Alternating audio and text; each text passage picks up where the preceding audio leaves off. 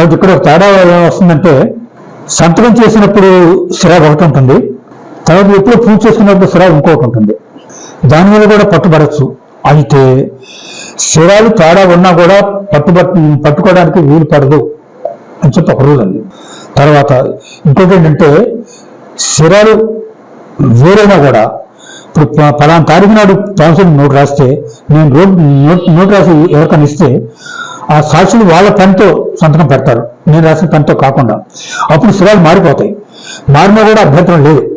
కానీ ఆ సిరాలకు కొంత వయసు అనేది ఉంటుంది. ఇప్పుడు పలాని ఈ తారీఖు నాడు సిరా మనం రాసామంటే ఒక 2-3 ఏళ్ళ తర్వాత సాక్షులు కొత్తగా సంతకాలు పెడితే ఇది ఒకే నాడు రాసిన సంతకం, ఒకే నాడు పెట్టిన సాక్షుల సంతకాలు కావు అని ఫోరెన్సిక్ ల్యాబొరేటరీలో తేలుతుంది.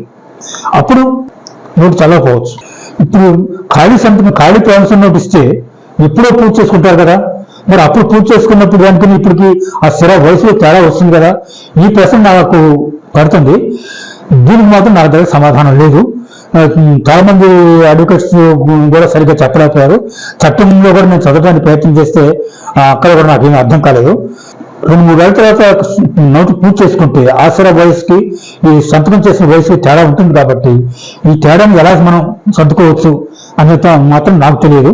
ఇప్పుడు మీరు ఈ వీడియో చూస్తే మీరు ఏదన్నా తెలిస్తే కామెంట్ బాక్స్లో పెట్టండి, మేము నేర్చుకుంటాం. ఇది మాత్రం నాకు అర్థం కాని విషయం అన్నమాట.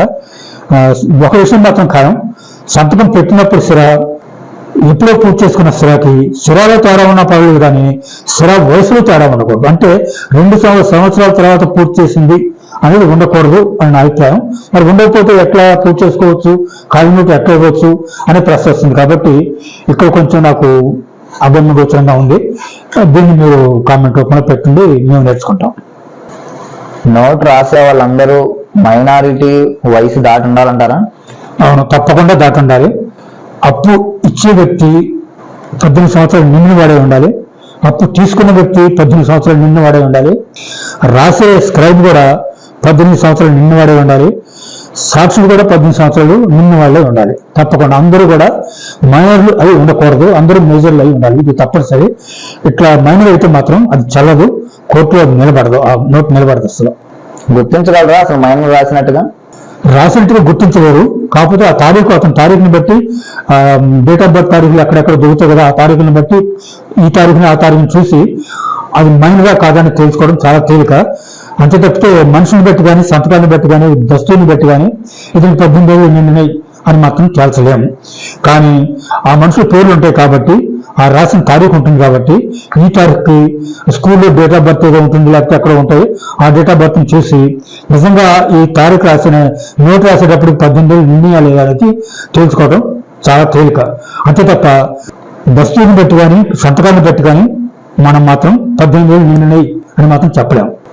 డబ్బులు అప్పిచ్చేవాళ్ళు నోట్ రాయొచ్చా?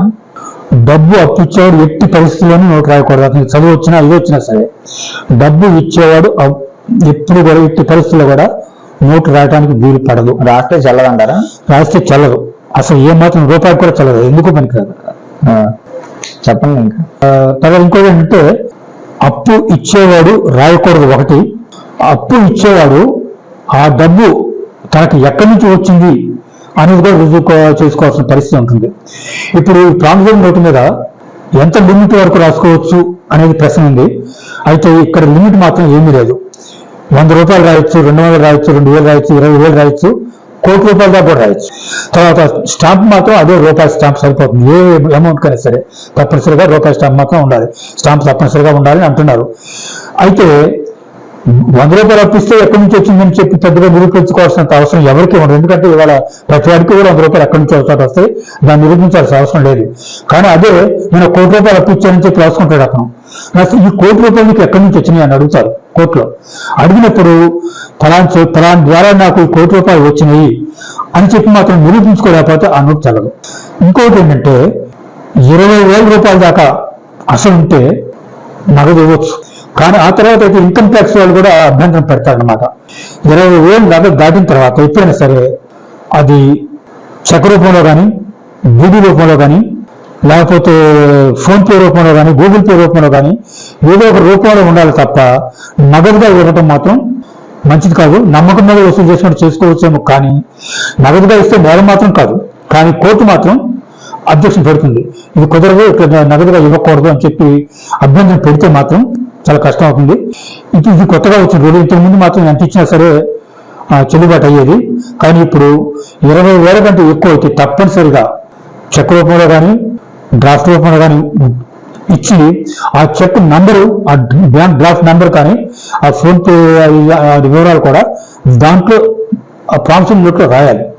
అట్లా రాస్తేనే ఇప్పుడు అప్పు మనకి వస్తుంది అని చెప్పిన నమ్మకం అన్నమాట.